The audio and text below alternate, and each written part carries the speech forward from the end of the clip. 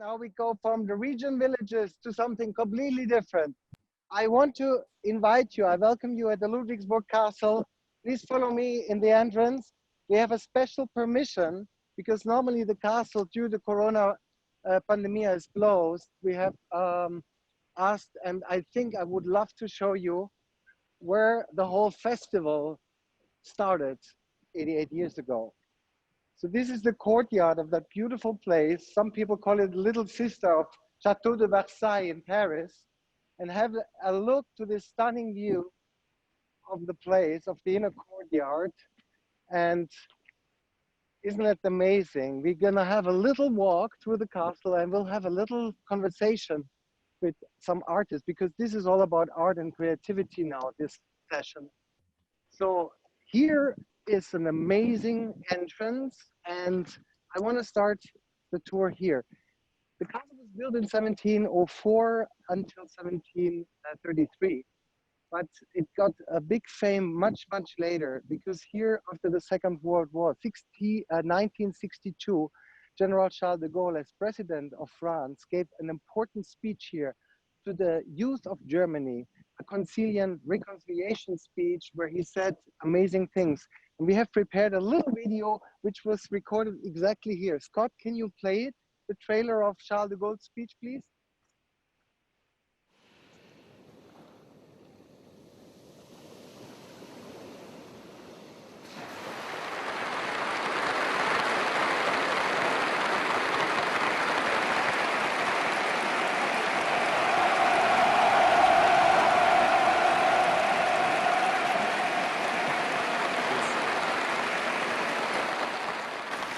Und Sie alle beglückwünsche ich. Ich beglückwünsche ich zunächst, jung zu sein.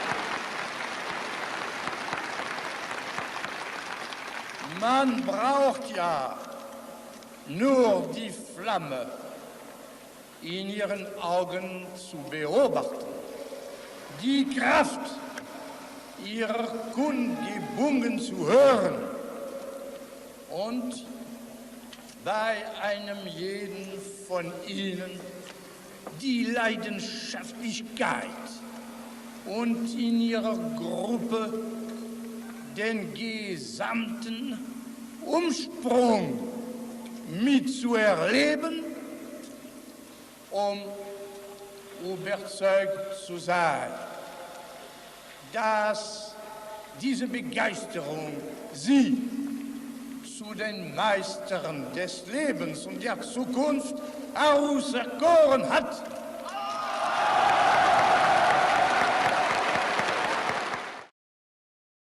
In the future or in the present, after seen from that speech, for me that speech is, when I see it today, still so touching because it's enormous that what Charles de Gaulle expresses, that he says, the young people, they look into the future. You are the daughters and the sons of a people that did great people, but did big mistakes with our people, our nation.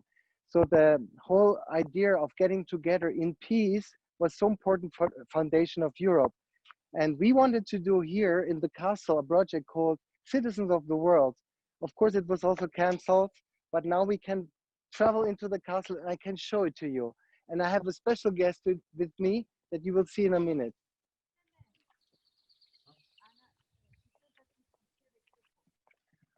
I think we have somebody with us here.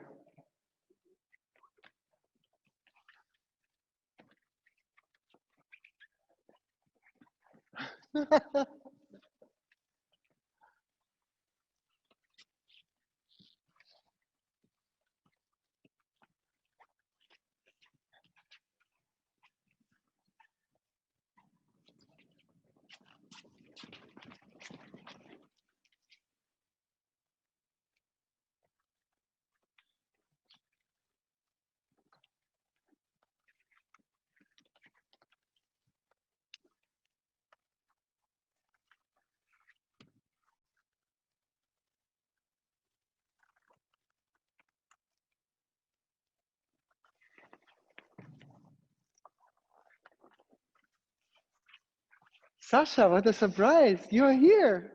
Can I introduce you? I want to introduce you to Sasha. Sasha Waltz. She was supposed to be with us to open the festival. And let's go outside, please, Sasha. I'm so happy. At least one artist of the whole festival program is here. Sasha, we move on here, this direction.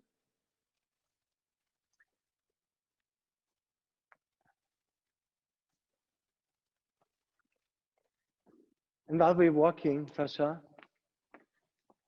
how is it for you?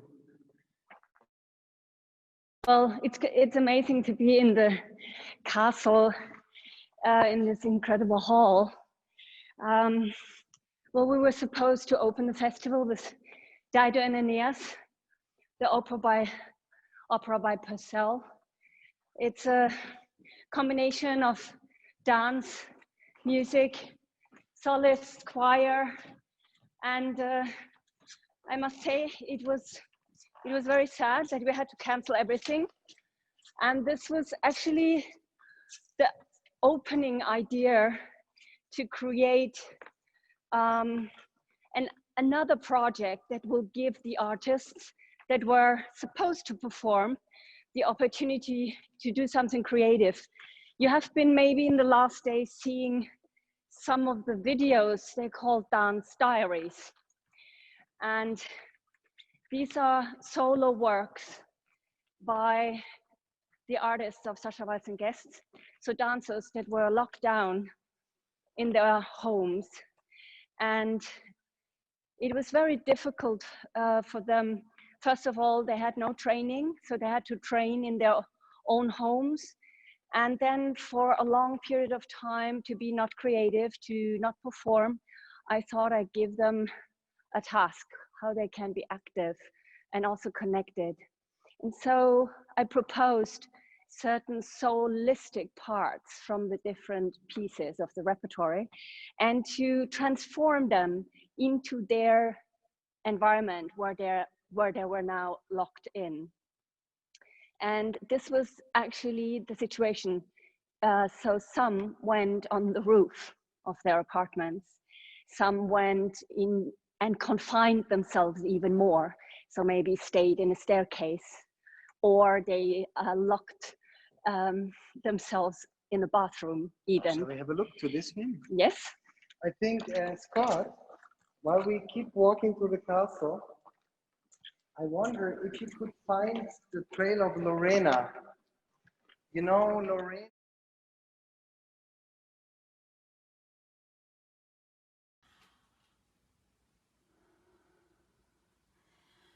Activating session number 1.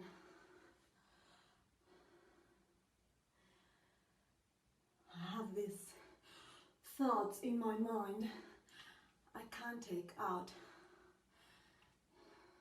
They just go over and over, and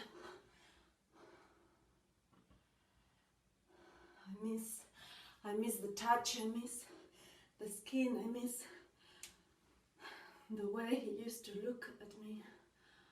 I feel so alone here. Do you understand what I say? Do you ever get sick of it? All this lying and pretending, like every day I stay home and I pretend to be this happy and productive, and it's fake, everything. And sometimes I convince myself this is me, this is real, but there must be something else out there. Are you listening? You're not listening to me!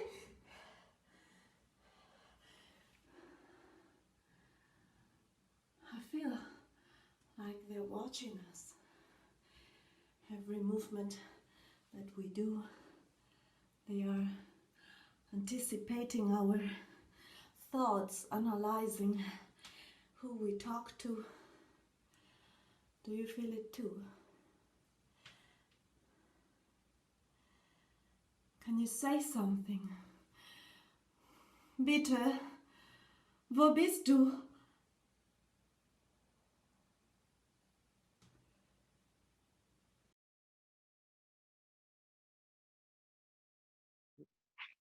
So this is a stunning place, isn't it? A very small stage. It has these openings, it has the painted, original painted coulisses, and it has here was the orchestra and the king and the queen, they were sitting up there. And of course, like all theaters, this was inspired by the antique Greek theater. So I wonder now if we can get back to Delphi, where Myrto is hopefully at the antique theater of Delphi. Are you there, Myrto? Myrto. Hi. Can you hear me? Fantastic. Myrto, Yes. can you see where I am? Can you see where I am? I'm trying. It's a yes, bit, I hear you. it's a bit difficult here because the sun is, I see, beautiful. Okay. Wait, Are now, you in the theater? Are you in the antique theater right now?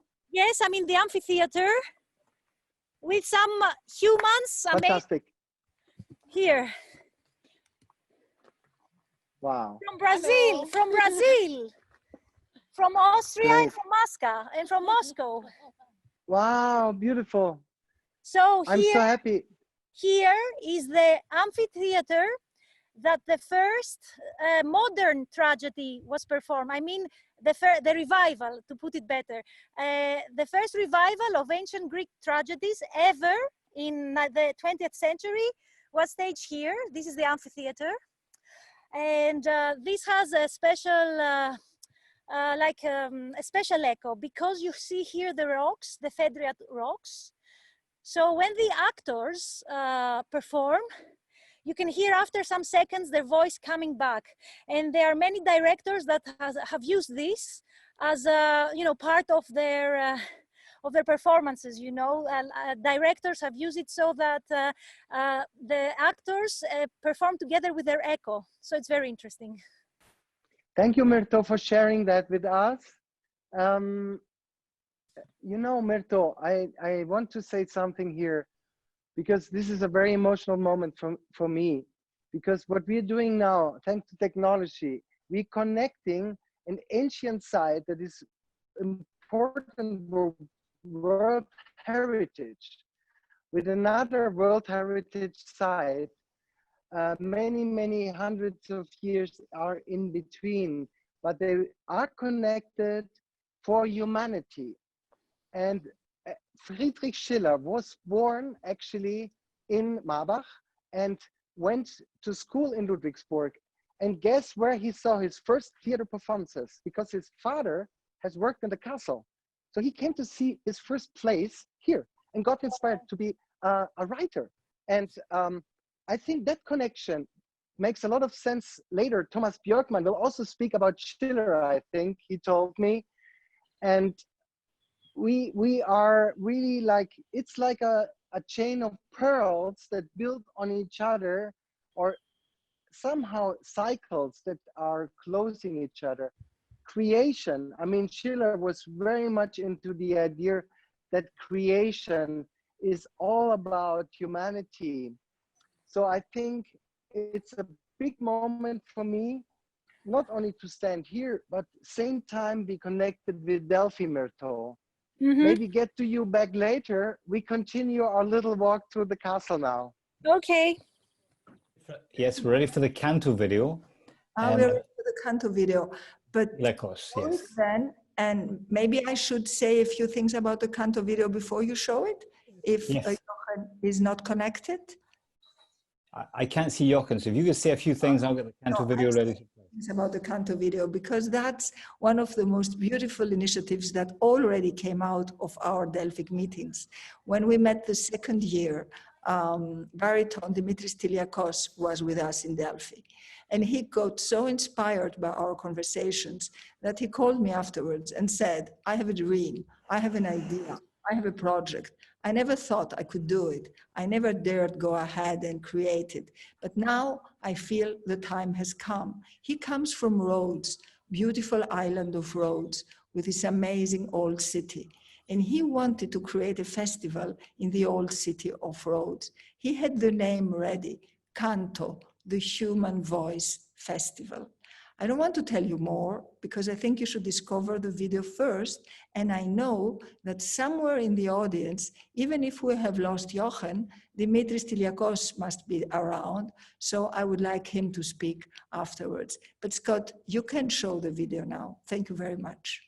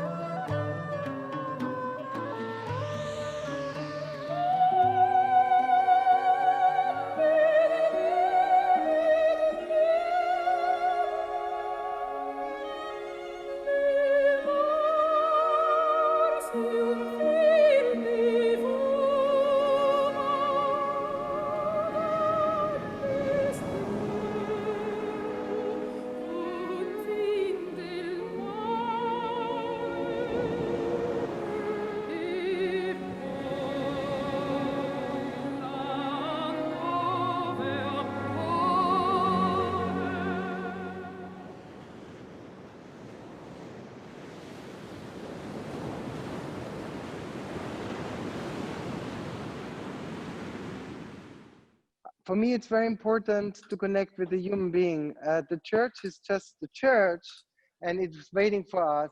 But more important is that, Dimitris, you are well, you're in Athens and you're preparing the Canto Festival in Rhodos, aren't you? Yes, hello, Jochen. So we nice just showed to... the trailer. We just showed the trailer, and while I keep talking with you, we will go back to the sun.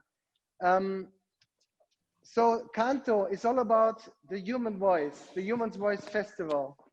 I think Canto is all around the human voice and the art of singing.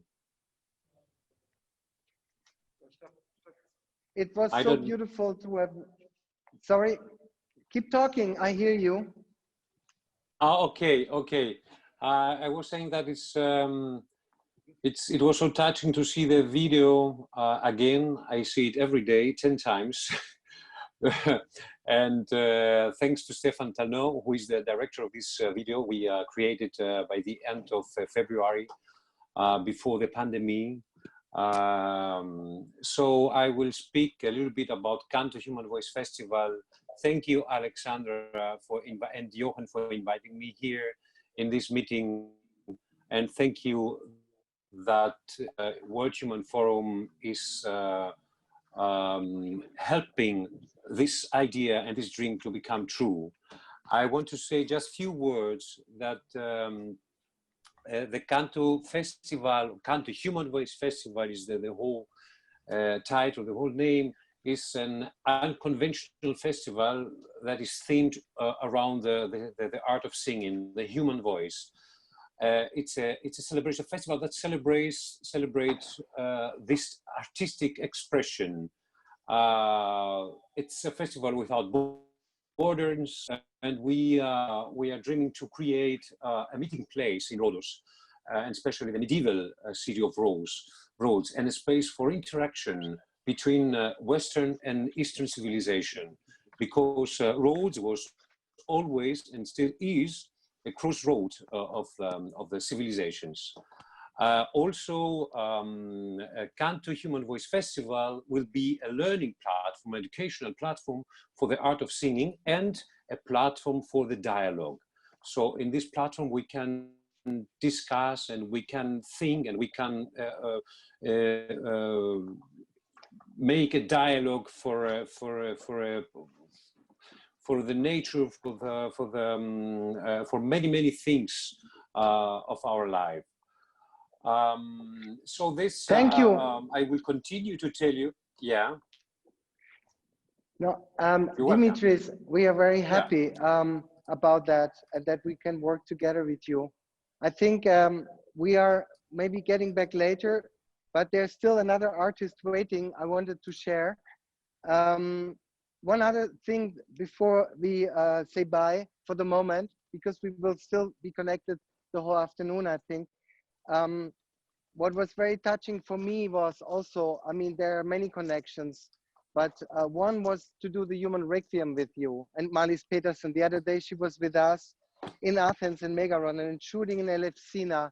That was an unforgettable moment for me that I really want to express that I'm very grateful that we did that together.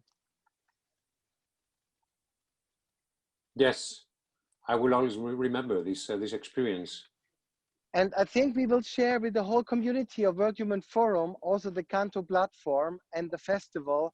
And we cross fingers that it will happen this year, maybe in a smaller version because of the Corona pandemia.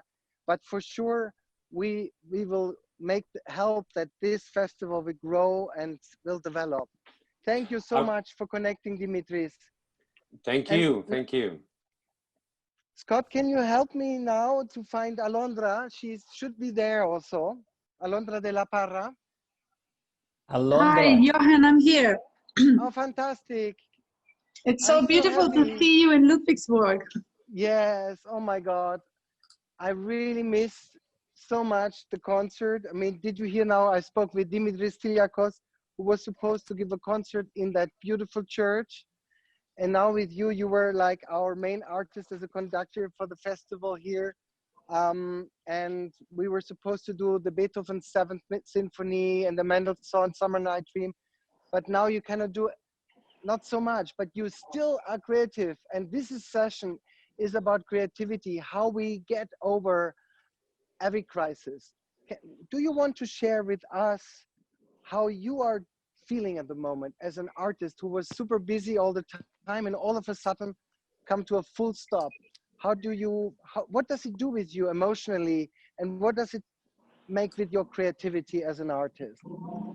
Thank you, Johan. First, I'm very grateful to the Ludwigsburg Festival to have made me part of it, even if, and still make me part of it in these conditions. And I feel honored because I was really looking forward to our performances there, and I hope that we can achieve that next year. But this situation is, of course, very difficult for everyone, and it's difficult for everyone across the entire world. And for artists who, as me, are used to being on stage, performing with a lot of people, connecting with other human beings to give something to another group of human beings, this is really like not letting us breathe in a way. But at the same time, I think at the beginning, the first few weeks, I was really down and feeling quite depressed. But then suddenly I started thinking, what can we do and how can we do it when everything is different and all the odds are against us in terms of what we are used to getting on stage, preparing a concert, and all the formats that we use to connect with people. And for me, it has been a kind of a quiet ride where I actually prefer to shut down and look inside within what I want to change, what needs to be addressed, what can I do better when things get back. And it's been at the end, you know, we're not at the end, but as of today, at the end, it's become a good moment and a good process of reflection and introspection as to how can we do what we do better, and where does classical music lie in the world, where is our voice within the world, and how can we make that voice stronger and more present in everybody's life, because what we do is so unique and so beautiful that it should really be part of everybody's life. So I've been dedicating my time to when I have time, because as everybody, I have 2 children and we have to spend most of the time dealing with our lives, but to think about what I can do to contribute to this and how we can make classical music a bit more central in everybody's life. So I'm working on a few projects, but I think in a way it's also an opportunity for our industry to rewind and think of how we do what we do, what we think matters and whether it actually does. And you know, it's like every musician in an orchestra, when they're preparing for a rehearsal, they have to work on their individual parts. They have to polish their parts and work on it before the first rehearsal, and they get to the rehearsal and then it's all ready to contribute to the collective work, so that the result, the collective result, is positive because of this independent and individual work. And within the system and the way the rhythm of our industry works, we rarely have this time because we're going from one concert to the next. We have to always be in performance mode and getting the job done. And so I see this moment, if we can think about it positively, as a moment to all of us work on our part, polish our part, so that when it's time for our first rehearsal, so to speak, in terms of collectiveness and being together with the world and with our jobs back where we are used to be, that is not the same, but actually we're more ready and better prepared to contribute positively. So there's a lot of work that institutions, organizations, groups, but also individuals can do in this time, that I think in a way is a blessing, if we can see the positive side, to have that quiet time to reflect, to get ready, to be stronger and actually provide something more meaningful than when things were going so fast. Alondra, I think you speak for many, many artists. And I spoke the other day also with Theodor Kurensis, a colleague of yours, and many others from different parts. Sasha said the same. Artists we talked with, they want to take really the best out of that crisis. And I think I'm very happy that you also can be so optimistic. I think we need it. Yesterday, we spoke a lot about education at the World Human Forum. And I know, I mean, we had planned a concert for families, for a young generation. Maybe a last word about what means the connection of art and education for you, because when you started your first orchestra in New York, I think you were around 20-something years old. How important is this for you to bring out that message of art and creativity to the world of young people? Well, it's I think we know that music itself and the practice of orchestral playing, orchestral listening, enjoying orchestral music is the best possible learning tool for a human being. And there's basically every single value that one wants on a human being one wants to develop as a human being, it's there, from collective awareness, being able to abstract and think mathematically, discipline, respect to one's work, proficiency, determination, discipline, and also just the most simple thing, which is generosity, to think of how can we give, because when we go into a concert and preparing a concert, we're basically all working towards a gift, to give something for other people to rejoice, dream, cry, whatever it does to the public. And when children learn this, even one or two of these things and many more that come with music, their life is changed forever. They will never be able to think in another way, even if they go into different disciplines and different professions that are not music. So the importance of music education it could not be stressed enough. I think it's just as important as any other, like learning the language or just the main subjects in life. I think this also has to do with philosophy, imagination. So anything I can do to promote work and education towards children and young people, I will always want to be involved. And what we were going to do at the festival was a really fun experiment. We were going to premiere somehow a workshop of a clown project that I'm doing with a fantastic artist from Mexico, Gabriela Munoz, which is also a journey through music for this fantastic character that I hope that we can share with everyone at some point. But I think the key thing is, where is classical music in all this, and why are we in such a small corner of humanity, of the importance in humanity, and how can we change that? Because everybody I've met who have been exposed to classical music and maybe weren't before, and somehow they're suddenly exposed, have a connection. So the fact that classical music is essential, and music in general, but good music, let's say, not classical because it's also a bad term, but connects to everyone, it's proven. There's no need to check that. But why are we in such a small corner? How can we change that? How can we be relevant in this particular moment so that everybody can think this is a very good place for reflection, for introspection, for connection? And so I'm always thinking about that. I mean, we all are thinking about that, Alondra. We're all sitting together asking that question, and I'm sure it will really grow. Also, that music as a universal language, dance as a universal language that people from all nations can understand, is now crossing. And I think the next panels will also pick it up. Thank you so much for sharing time with us. Stay connected, stay tuned, maybe for the next ones to come. And maybe what I would like to do now, Alondra, I say goodbye to you, say hi to your kids, and see you next year in Ludwigsburg. Absolutely.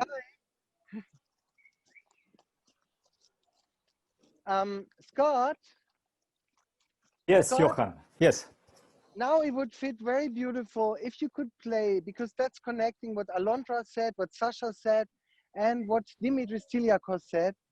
A singer called Aphrodite, she produced something beautiful for us. She was supposed to be one of the singers in Dido and Aeneas, and she was sending us, she was staying at home, she became super creative, and she said, well, I can be my own chorus. I have to be alone, but my voice can be multiplied. So she prepared something for us, this trailer. I would like to share with Alondra, with Dimitris, with Sasha, and with all of you, because it shows how creative we can be when we use technology, when we use optimism, when we really go for it. Are you ready to play that track? Scott? Ready to go, Jochen, ready to go.